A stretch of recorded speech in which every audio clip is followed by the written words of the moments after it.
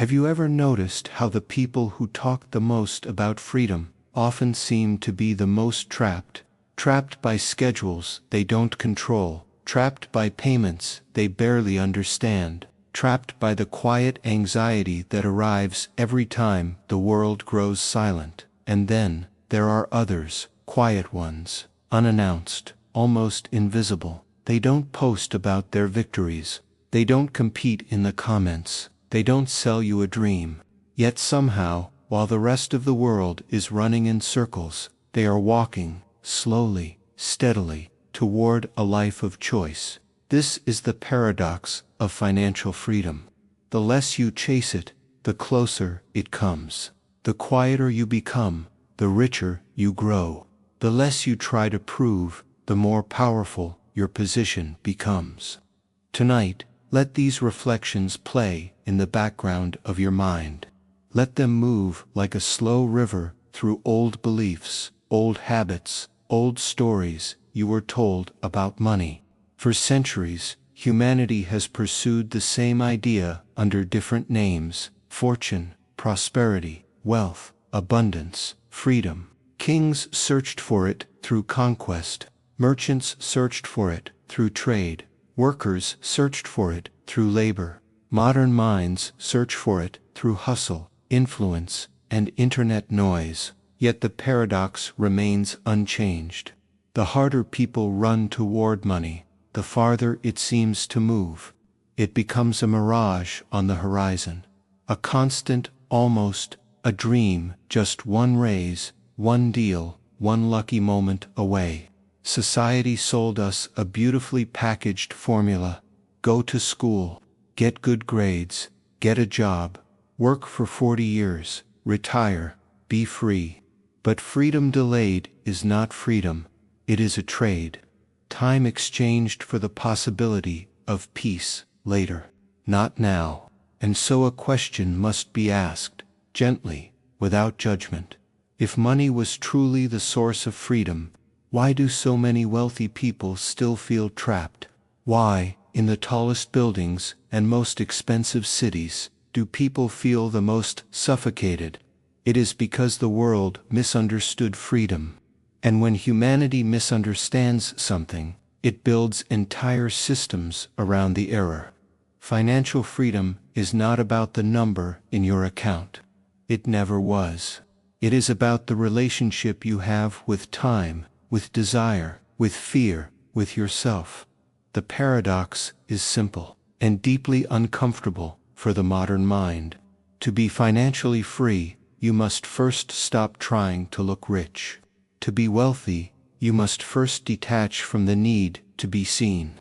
You must replace urgency with patience, noise with silence, impulse with intention. Only then does the path reveal itself. Imagine for a moment that money is not currency. Imagine it as stored time. Every dollar represents minutes of your life, hours of your energy, days of your focus, years of your existence. Now consider how carelessly most people spend both. They trade their time for money, then use that money to impress strangers, then trade even more time to maintain the illusion they created. A loop, elegant, efficient, devastating. This is where the paradox becomes visible. The person who appears the most successful often has the least control over their time. Their lifestyle is not owned, it is leased. Their car is not freedom, it is an obligation on wheels. Their house is not safety, it is a beautiful cage with a 30-year key. And so they wake up each morning to maintain a life designed not for peace, but for performance. Now picture someone else. They live below their means. Their phone is a few years old. Their car works, but does not impress. Their clothes are simple. Their life seems unremarkable to the distracted eye, yet they own their time. They can choose where to go, who to speak to, what to create, when to rest. While the world mistakes luxury for freedom, they quietly hold the most valuable asset on earth: choice. The paradox of financial freedom is this: you do not get rich by increasing your income. You get free by lowering your unnecessary desires, not eliminating joy, not eliminating comfort, but eliminating the endless hunger for more. More validation, more status, more things that whisper, "You are not enough yet." Desire is natural, but uncontrolled desire becomes a master that is never satisfied, and a master who is never satisfied keeps you forever working. The quiet investor understands something deeper. They realize that wealth is not built in moments of excitement, but in long seasons of boredom, while others chase the dopamine of a new purchase, a new trend, a new opportunity, a new risk. The quiet investor waits. They allow compounding to do what human impatience cannot. They understand that small, consistent decisions, repeated in silence, are more powerful than dramatic actions performed for attention.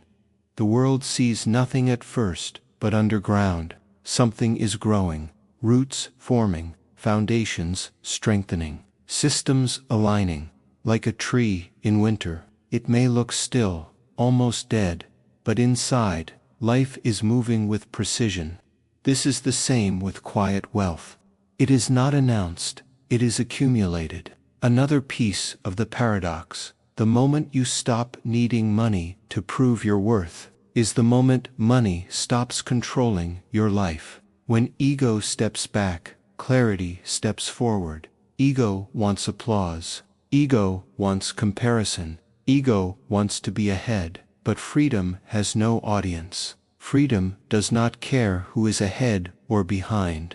Freedom is internal alignment with reality. When you stop buying for others, you start building for yourself. When you stop comparing your path, you speed up your journey. When you stop asking, "How do I look?" and start asking, "Where am I going?" everything changes quietly and forever. The paradox continues deeper. Money is energy, and like all energy, it flows where it is respected, not worshipped. When you chase it desperately, it avoids you. When you ignore it recklessly, it punishes you. When you respect it calmly, it cooperates. The quiet investor does not love money. They do not hate it either. They understand it. They know it is a tool, not an identity. They don't measure self-worth in currency. They measure it in control, peace, and direction. While others pray for more money, the quiet investor prays for more patience, more discipline, more awareness, because they understand something most will never consider. Money is attracted to those who don't emotionally need it.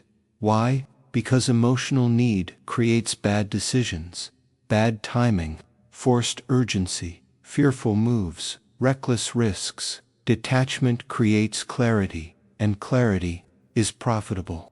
Another layer of the paradox: most people believe financial freedom comes from doing more projects, more hours, more hustle, more stress. But often, freedom comes from doing less spending, less reacting, less proving, less chasing. By removing what is unnecessary, what is draining, what is performative, space is created, and in that space, strategy is born. The quiet investor uses silence as a tool. Silence to observe, silence to think, silence to see patterns others miss because they are too loud. Even in their own minds, they read situations, they read people, they read timing. They realize not every opportunity is meant to be taken, and that true power is the ability to say no. Every time they say no to an impulse, they say yes to their future self. That future self is waiting calmly in the distance. No rush, no anxiety, just quiet confidence. And slowly, like water shaping stone, freedom forms around them, not in the form of luxury, but in the form of options. Options to walk away, options to begin anew. options to spend time the way a human life should be spent, intentionally. Most people don't want freedom. They want the image of freedom. They want the photos, the destinations, the captions. They want to look untouchable, while living deeply controlled. The quiet investor wants invisibility, because in invisibility, there is no pressure to perform, only progress. Here is another truth. You cannot buy your way out of a mindset that keeps you poor. No amount of money will save a person who cannot control their impulses. No investment will survive a person that cannot master themselves. This is why lottery winners often return to poverty, and disciplined minds often return to wealth. Money amplifies who you already are. If chaos lives inside you, more money will create more chaos. If clarity lives within you, money becomes an extension of that order. So the paradox of financial freedom is actually a paradox of self-mastery. The less control money has over your emotions, the more control you have over money. The more you observe instead of react, the more powerful each decision becomes. The more comfortable you become with waiting, the faster your results arrive. Time is not your enemy, it is your leverage. The world rushes in months. The quiet investor moves in years, and years move mountains. They understand that the most dangerous phrase is, "I deserve this now," and the most powerful phrase is, "I can wait." Waiting is not weakness. Waiting is quiet confidence in the plan invisible to others. The paradox deepens here. The greatest feeling is not buying something expensive. It is knowing you could choose and choosing not to. That moment reveals true financial power, not possession, but restraint, not display, but control. This is the type of wealth that does not rust, does not break, does not disappear. It lives in the mind long before it shows in the environment. And when it shows, it is not dramatic, it is calm, stable, almost boring to the untrained eye. But for those who understand, it is beautiful. If you step back far enough, money stops looking like a goal and starts looking like a mirror. It reflects your fears, your attachments, your patience, your insecurities, your discipline, your psychology. It takes whatever is inside you and reveals it in numbers, in choices, in patterns. The paradox of financial freedom is also the paradox of happiness.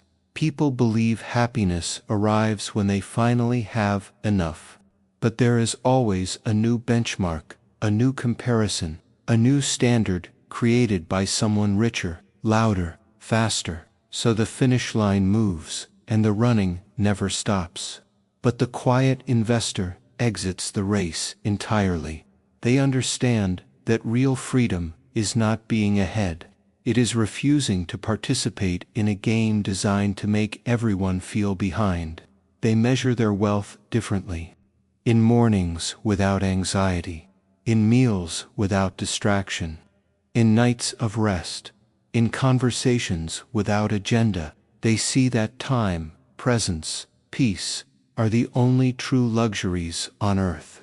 Everything else is decoration, and decoration fades. This path is not glamorous, it is not praised, it is not trending, but it is powerful. And power that is quiet is the only kind that lasts.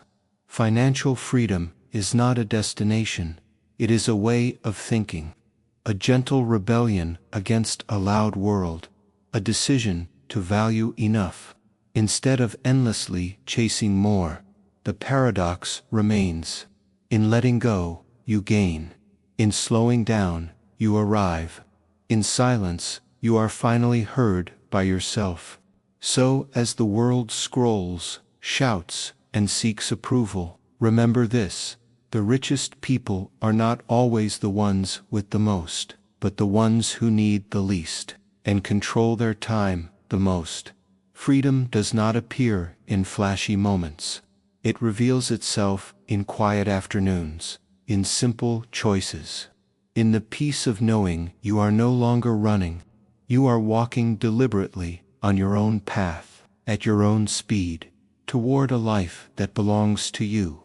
That is the paradox, and that is the secret. In the end, financial freedom isn't something you buy, it is something you become. In silence, if you enjoy calm reflections about wealth, subscribe for more. Thanks for watching.